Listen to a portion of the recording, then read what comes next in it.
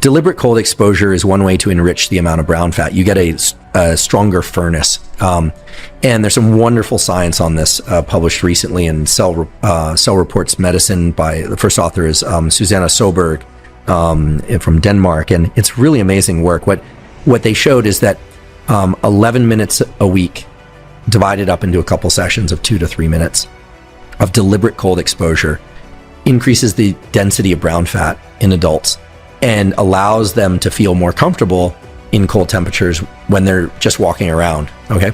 Back in the day, hot water was a luxury. People had to live near hot springs in order to enjoy a hot bath, so for most of human history, we bathed in cold water. But even when the ancient Greeks developed heating systems for their baths, they continued bathing in cold water for the health benefits. You've most likely been taking warm showers for your entire life, and there's nothing wrong with that. However, today I'm going to tell you about the benefits of switching from warm to cold.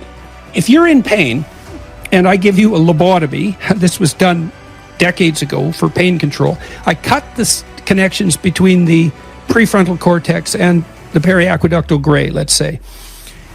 You still feel the pain, but it doesn't matter anymore. The emotional significance of the pain is gone, and so you feel much better as a consequence. Now, I'm not recommending lobotomies for pain, although modified leucotomies are still sometimes used for intractable pain.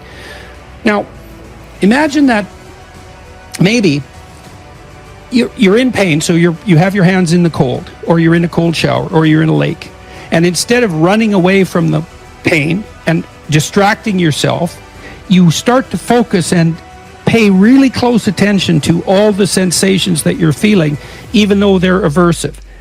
Like you're paying extremely close attention. So I wonder if that is what's producing the connection between the prefrontal cortex and the periaqueductal grays. The prefrontal cortex is opening the gates and exploring all the sensations. Yes. And learning that it can do that, and learning that perhaps in principle also to master it. Cold, therapy, whether it's cold shower or the extreme cases, ice baths. Yes, there are physiological changes that happen. Yes, your body learns to acclimate. I mean, it's like training a muscle. Your body's ability to acclimate to cold or hot is something that you can strengthen and improve. And because we're always in air-conditioned and heated rooms, we don't ever train them.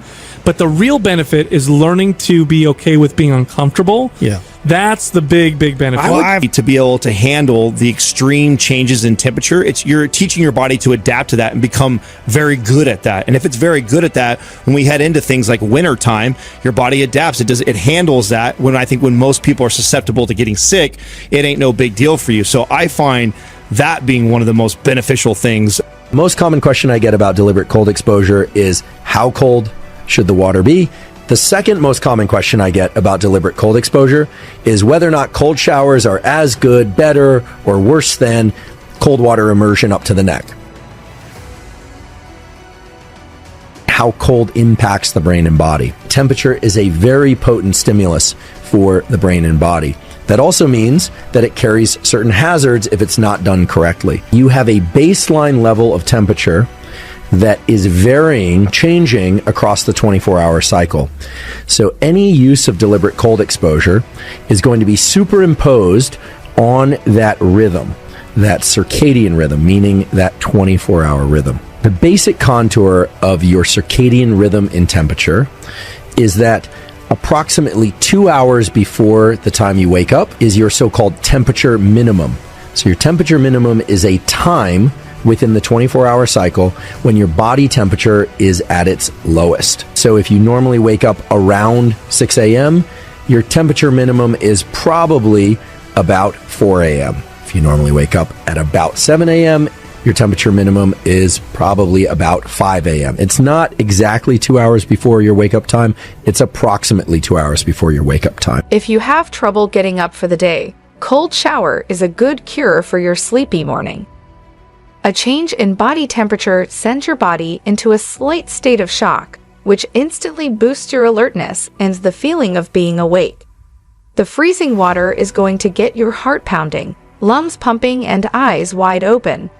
When you get hit by the cold water, it forces you to start breathing more deeply, and you'll get more oxygen into your body. It's like entering a meditative state. Your heart rate will also increase, and it's going to feel like drinking a cup of coffee. You'll have extra energy to be more productive and tackle the rest of the day. Second benefit is that it can boost your willpower by doing something you are resistant to doing. You make your willpower stronger. So maybe when I'm in the shower and I do the 30-second cold exposure, I should do everything I can to concentrate. It's weird because I can feel myself fleeing from it in the shower. You know, it's like, God, when this is going to be over? I don't want to feel the sensation of the ice water on the front of my body. I don't want to move it onto my back. It's like, but I guess what I should be doing is turning around and facing the dragon in as much detail as possible. I didn't know that was possible with pain. I know it's possible with anxiety. That's clear. That the literature's clear on that. So but pain, yes. Pain, very primordial, and anxiety, these breathing exercises, they help very good against anxiety.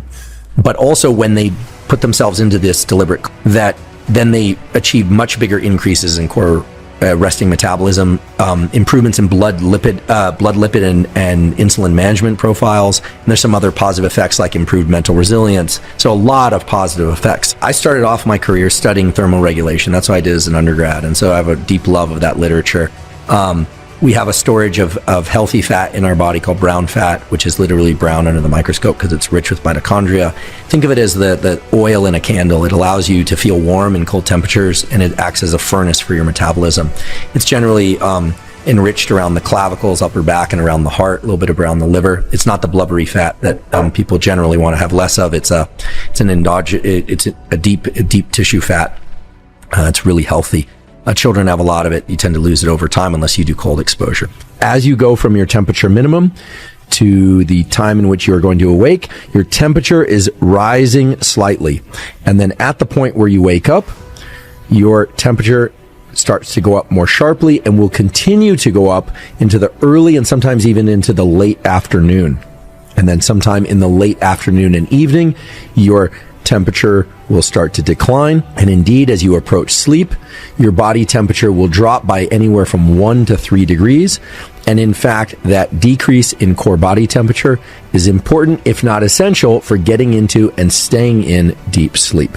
That background, or what we call baseline circadian rhythm in core body temperature, is important to remember because it helps us frame both the effects of deliberate cold exposure, and it helps us frame when you might want to use deliberate cold exposure in order to access specific states. It also points to times within the 24-hour cycle when you might want to avoid using deliberate cold exposure if your primary goal is to get to sleep. To make a muscle bigger and stronger, you have to push yourself to move more weight than the last time. Willpower works the same way. By exposing yourself to something that takes some serious self-discipline, you start building that willpower muscle. And one of the best ways to build it is to do something as hard as taking a cold shower.